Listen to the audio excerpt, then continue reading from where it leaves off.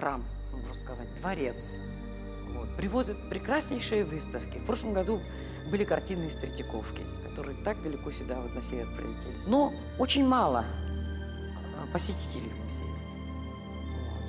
Вот. Нужен ли нам вообще этот музей городу, если люди не ходят, мало ходят, нет потребности такой? Или у нас город социально так устроен, что так называемая прослойка интеллигенции очень уж мала, и такой атмосферы в городе нет еще, чтобы искусство было потребностью. Даже раньше, в общем-то, не так уж много ходили. В советское время, когда и пропаганда, и все работало, и идеологией занимались специально. Так что я думаю, что это нормально все. То есть пусть не ходят. Такой запомнит зритель журналиста Надежду Дмитриеву. Яркой и смелой, остроумной и мудрой. Именно так отзывались о ней ее собеседники, герои передач. В этой программе мы постараемся рассказать о телевизионной карьере Надежды Спиридоновны, человеке эпохи, отмеченной печатью таланта и Божьей искры.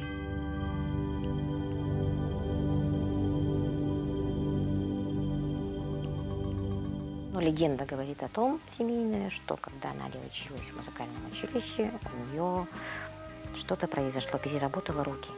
И с музыкальной карьерой ничего не сложилось. Дальше она поступает на филфак, учится там, оканчивает его, и стоит дилемма, куда идти на работу. И Надя очень долго отдыхала после учебы. Это было лето, и однажды бабушка не вытерпела и сказала: так, сегодня идешь и устраиваешься на работу. И сдача, ну вот семерка приезжает, на той маде она вышла, и первое место, говорит, куда я думаю, ну куда пойти, куда пойти. Там, говорит, Академия наук была рядом, и вот, ну, НВК, ну, телевидение тогда, гостелерадио. Что-то, говорит, я решила первым делом пойти на гостелерадио. И тогда работала Курчатова здесь. Они были знакомы немножко, Надя зашла сразу к ней. И так говорит: ну, я могу тебе взять музыкальный редактор. Клейтея Алексеевна была бесконечно обаятельным человеком и новатором, в принципе, в новом для нее телевизионном деле. Как-то раньше в гостелерадио напирали людей по комсомольским, партийным рекомендациям, да, а она как бы нарушила вот этот устоявшийся порядок, и стали принимать молодых людей, которые закончили недавно вузы. И вот пришло мое поколение. Валя Чусовская, Наташа Шестакова, Коля Петров, Катя Безносова. Ну и, конечно же, была Надежда. Она была необыкновенно эрудированным и необыкновенно ироничным человеком, причем в первую очередь по отношению к себе. Вот герой Советского Союза Кондаков, мимо памятника, который мы каждый день проходим, это же ведь не бронзовый был человек, это был живой человек. И у него в воспитанниках была и она. А второй у нее учитель был Гарри Борисович Зельбер. Это наш знаменитый звукорежиссер, который учил, наверное, ну, почти всех наших редакторов. Вот эти два человека, я считаю, это были ее хорошие учителя. Не всех она могла слушаться, не все могли ее поучить чему-то, а вот эти два человека, действительно, она очень их уважала. Дело в том, что отец ее был очень прекрасный оратор, очень такой эрудированный человек. Вот она, по-моему, похожа на отца больше. А мать – народный писатель Якутии Анастасия Савична Сыромятникова. И она с ней, с матерью, ну, почти каждый год выезжали там в Москву. Тогда же было время такое, писателям давали бесплатные путевки. Они в Переделках, да еще каких-то этих санаториях писатели отдыхали. И она всегда была в курсе вот чисто литературной жизни. И потом у них, ну, видимо, литературный как-то свой круг какой-то есть. Для нее все были дядя Вася, дядя Коля, там кто-то еще. А мы-то смотрели на них как на богов каких-то. Действительно, все мы родом из детства. Мама Надежды, Анастасия Савишна Сыромятникова, была первой профессиональной писательницей женщины в Якутии, посвятившей всю свою жизнь литературному творчеству.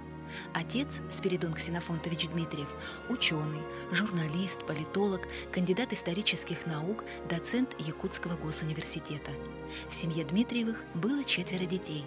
Старшие – Полина и Петр, младшие – Надежда и Георгий. Каландрашвили 32, казалось бы, это совершенно другая сторона, да? А Юнского 16 и 18, но они как-то соединялись. И здесь в основном жила творческая интеллигенция. Артисты, писатели, литераторы. И вот мы там все дети, как говорится, играли. И в 1961 году наши родители решили построить дачи на Сергеляхе, чтобы дети дышали свежим воздухом. Выбрали поляну такую, как они называли, Ясная поляна с озером.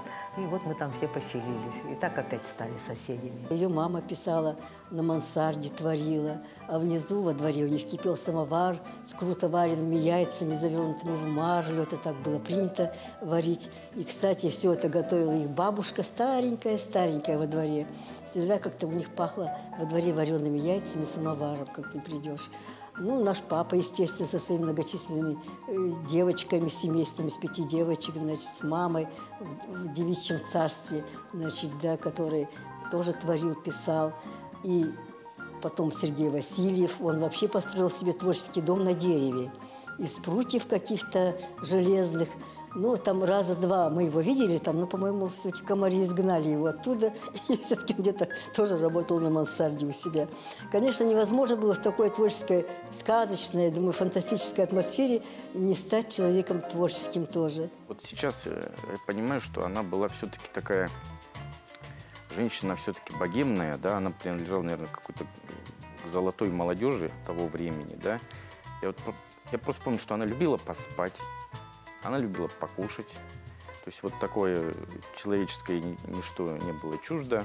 Мы очень любили сидеть вечерами, пить чай на веранде, летом просто болтать, играть в карты, ходить на пляж купаться. То есть всегда это было что-то такое очень позитивное, веселое. И при всей кажущейся там легкости общения, веселом характере и нраве, все-таки женщина была принципиальной и вещи называла своими именами, там, не боялась кого-то обидеть, задеть. Ну, это как-то подносилось всегда дипломатично, обоснованно, аргументированно. И, то есть вот эта черта у меня, ее характера у меня вызывала всегда уважение. После ее смерти я вот как-то очень явственно понял, что мы очень много любви от нее получали. И вот с ее уходом мы этого лишились. И вот это прямо вот осознание очень сильно пришло после ее смерти.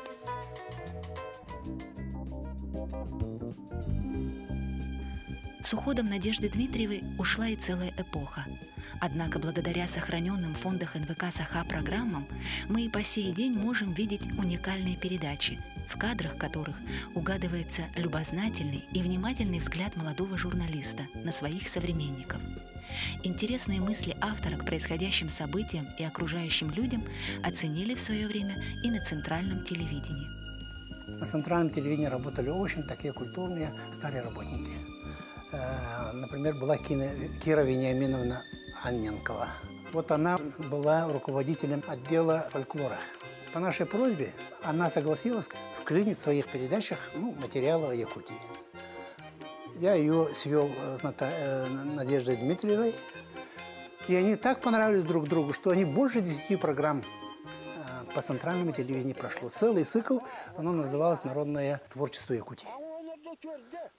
Больше 10 программ. Одна из этих программ, вот как она сама потом вспоминала, это про ленских ямщиков. Одна прошла чуть ли не 20 раз, как говорится, по разным каналам. Ангару и Лену, Иркутск и Якутск соединил в XVIII веке Иркутско-Якутский тракт. Открыл, проложил этот путь якутский служилый человек Захар Баишев. Через каждые 20-30 верст были основаны почтовые станции. Почти все современные поселки на левом берегу Лены, от Якутска до Витима, выросли из этих старинных ямщицких поселений.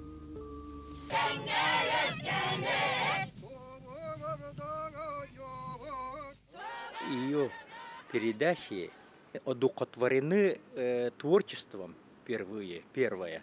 И текст очень красивый, умный. И она, как никто, она умела несколькими словами выделить характер человека, характер героя.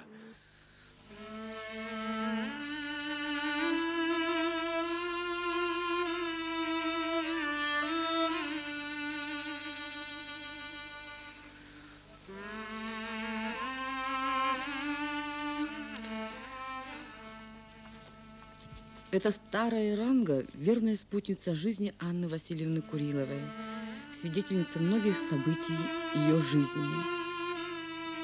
В этой Иранге родились все ее дети. А теперь она ставит ее, когда ждет гостей.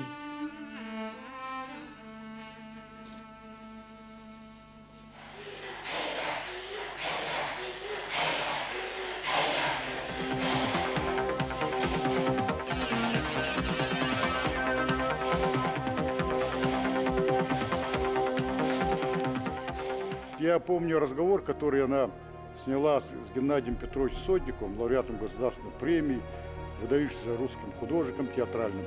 И вот эту передачу я раз за разом прокручиваю и слушаю моего друга, с которым я 25 лет разговаривал. Но она вот в этой передаче ухватила самые главные суть вот его как бы менталитета, вот, творческого образа такого. Ну, мы всегда рискуем, на грани фола работаем. Пока вроде как бы мы выигрываем.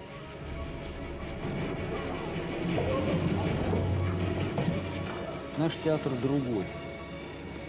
Понимаете? Вот такой, ну, такой, грубо говоря, среднерусский театр. Ну, я включаю сюда такие понятия, как Кострому, Москву, Питер, там. Это не важно практически. Он все-таки квартирный какой-то. Как это? Ну, квартирный такой. Что это значит? Ну, какой-то он такой бытовой, квартирный, такие, ну, какой-то, ну, такой он... Мелкотравчатый. А? Мелкотравчатый. Да, ну, мне не хочется так грубо так сказать. Понятно. Вот Я хочу есть какая-то, да, есть такая, хотя вы абсолютно правы. Есть какая-то мелкотравчатость. Вот это я, мягко говорю, квартирность какая-то. Какие-то, в общем, он похож на старые шлепанцы. Привычные такие, ну, достаточно теплые, разношенные, поношенные там. И вроде бы надоели, да и выбросить жалко, понимаете? Вот как-то. Вот. А вот наш театр, хороший он или плохой, нравится он кому-нибудь, не нравится там, он другой. Передача «Сарел» смотрела вся республика. Ждали эту передачу. Единственная была передача о культуре, о искусстве, о театре, о людей, духовности. Она очень уважала театр и его деятельность, и уважала актеров. Она не влазила своей персоной. Знаете, вот я вам сейчас задам вопрос, и вы мне ответьте. Да? Я всегда поражалась, как она могла строить свои вопросы. Не было лишнего слова. Она продумывала каждое слово. В ней даже, мне кажется, она же не по бумажке говорила. Это было в ее уже мыслении, в ее лексиконе. Мы с ней в одном кабинете почти 20 лет.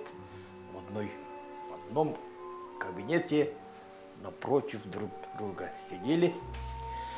И все мои идеи, я там был начинающий писатель, киносценарист, все мои идеи рассказов, фильмов, спектаклей обсуждались с нею. И если она, о, тут что-то есть, я это уже заметку брал и начал обдумывать. Безусловно, в художественно-просветительской программе «Сарыл» для редактора Надежды Дмитриевой благополучно сошлось все. Ей повезло и с уникальными героями передач, и с неподражаемой творческой командой. Огромной жизненной удачей стал легендарный тандем с режиссером Галиной Раевской, с которой они проработали бок о бок более 20 лет. «Сарыл» я очень люблю за то, что он растопляет наши сердца, делает нас теплыми и объединяет, сплачивает нас, дает большой положительный заряд в нашей творческой работе. Красивыми программами мы хоть чуточку можем изменить этот мир. Вот редко такие тандемы случаются, когда люди не распадаются, творческие тандемы, а именно дополняют друг друга. И, вот, пополняли они «Золотой фонд» практически, наверное, 80% «Золотого фонда» – это работа Надежды и Галины. Они вот вместе с Раевской, наверное, были самыми лучшими в свое время, особенно в художественной части. Она работала не только с Раевской, она работала и с Ольгой Ильиничной Новгородовой. Работала. Но, тем не менее, она очень не любила менять своих партнеров. Мы поэтому всегда говорили, вот тандем Раевская и Дмитриева. Она ценила общение с каждым человеком. Для нее ничего не было в пролет. Для нее как бы все было ценным и важным. И поэтому мне всегда казалось, что она проживает каждый свой день как целую жизнь. Вообще в ней была какая-то особая магия, которая привлекала к ней людей.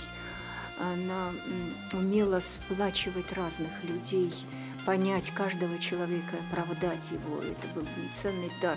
И еще воспитанное чувство справедливости, чувство долга, ответственности и чувство правды. В реинкарнацию вы верите, нет? Верю. Я верю в реинкарнацию. Это уже, наверное, все творческие люди в это верят. Вот это дает спокойствие переживать эти испытания. 30% надо было брать как-то.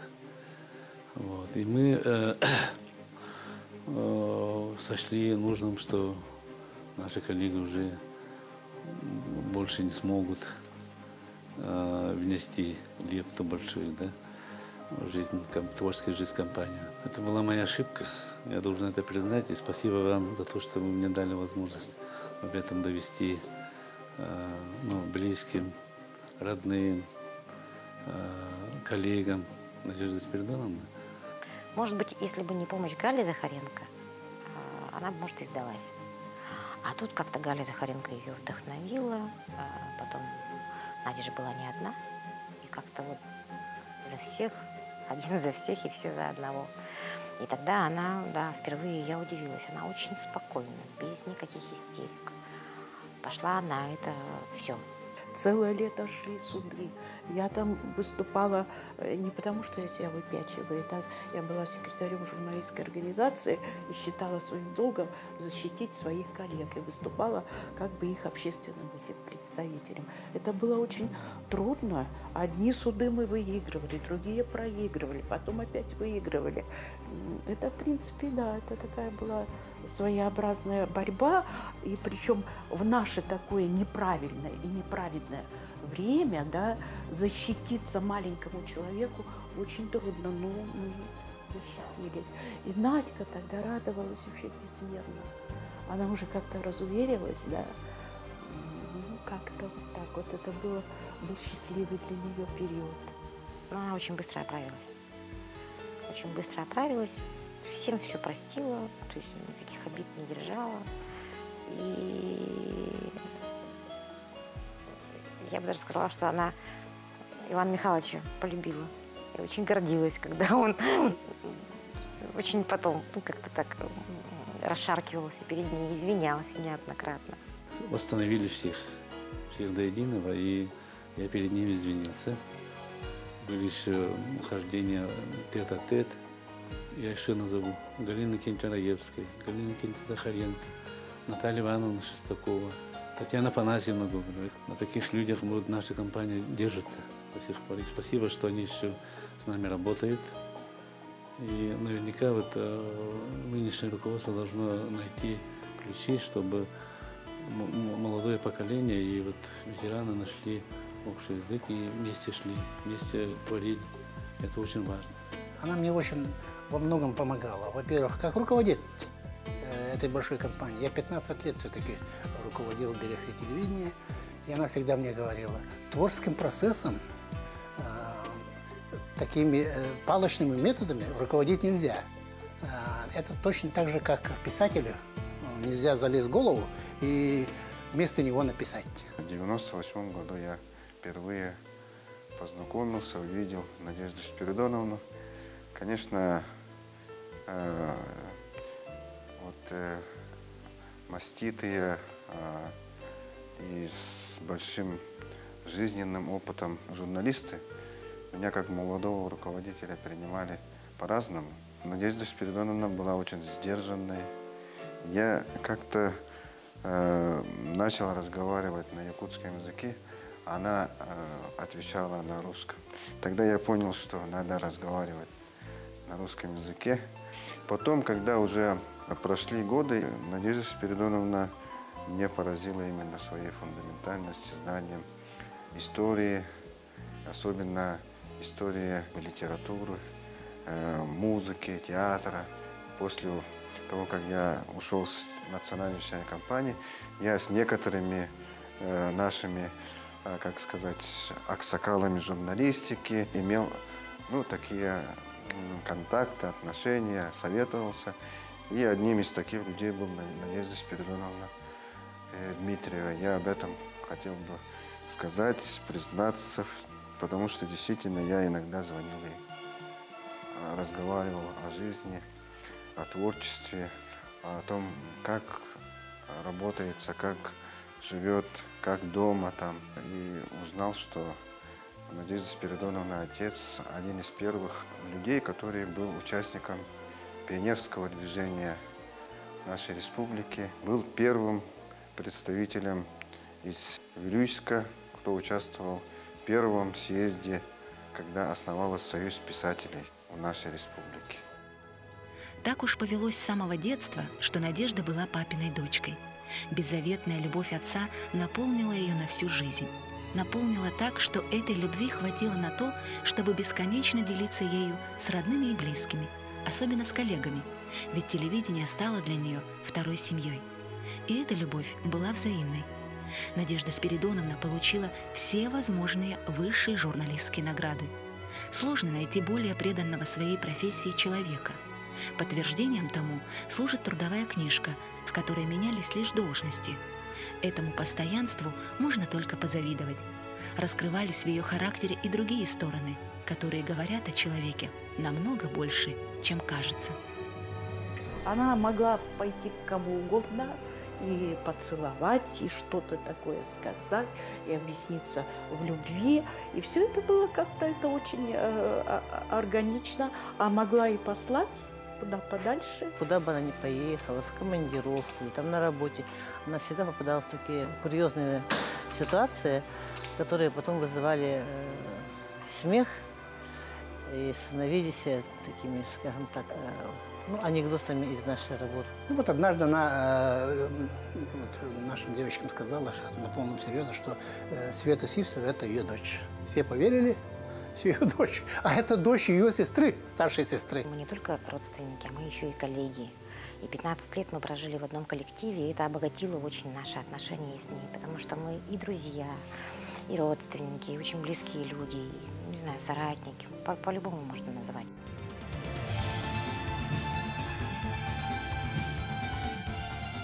Судьба – это не дело случая, а результат выбора. Судьбу не ожидают, ее создают. Сотворила ее и наша героиня. Эпоха и легенда якутского телевидения. Однажды, выбрав путь Творца, она ни на минуту не пожалела об этом. Ведь только здесь она могла быть собой.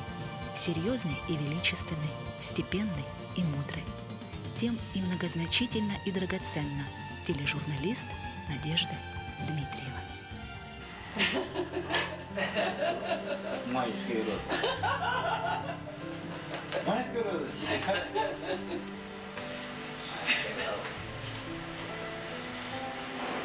Я рада, да?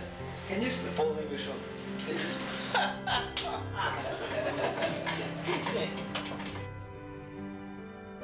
Вот с ней можно было посмеяться, поговорить от души обо всем, вообще обо всем. О жизни, по жизни. Такого интересного человека у нас, наверное, сейчас и нет. Во все времена, и в советские, и в застойные, и в перестроечные, всегда у людей существует тяга к настоящему. Настоящим отношениям, значит, к настоящим людям. Вот, и это привлекательно очень. Майские розы.